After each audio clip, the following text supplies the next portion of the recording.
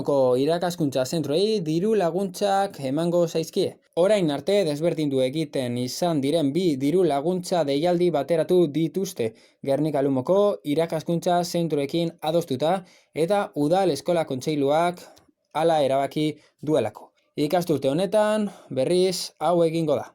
Gernika Lumoko irakaskuntza zentroei diru laguntza deialdia emango zaie. Eskolaz kanpoko jarduerak eta normalkuntza planak 2020-2021 ikasturtean garatzeagatik. Ibilbidea luzea izan dela adierazi dute eta hizkuntza normalizazioa deialdi biak bateratzea erabaki da. Biek xede berberari eusten diotelako. Euskara sustatu eta erabilera areagotu. Horrek ekarri du diru kopuruak batu eta deialdi sendoa egiteko aukera izatea. Guztira 55.300 euro banatuko dituzte.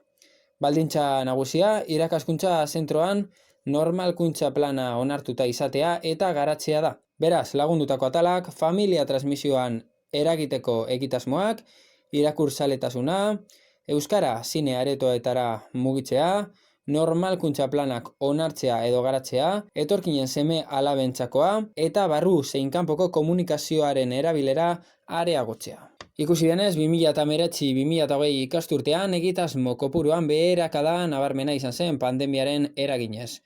Ikasturte honetan, berreskuratu ahal izan da pandemia aurreko maila, zentroetan irakasleek egindako lan eskerga bitarteagatik.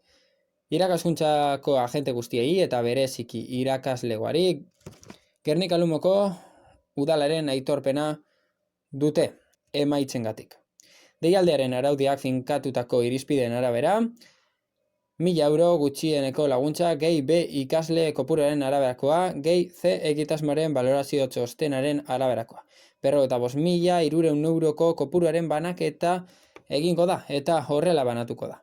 Allende Salazar ikastetxean, 8.701,32 euro, Barrutia ikastetxean, 2.672,08 euro, Barrutialde institutuan berriz 2.518,17 euro, Gernika BH institutuan 9.623,15 euro, EPA zentroan 1.925,46 euro, Mertxede ikastetxean 4.384,72 euro, San Fidel ikastolan 9.454,20 euro eta Zeber Altube ikastolan 5.971,71 euro. Bera, zentro guztien aurrekontuen 45% inguru diruz laguntzeko aukera eman du deialdi honek.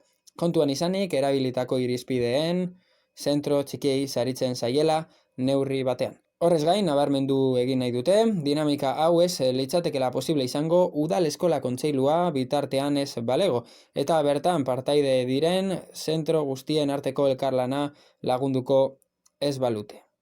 Lehen hezkuntza, DBH eta batxilergo mailak.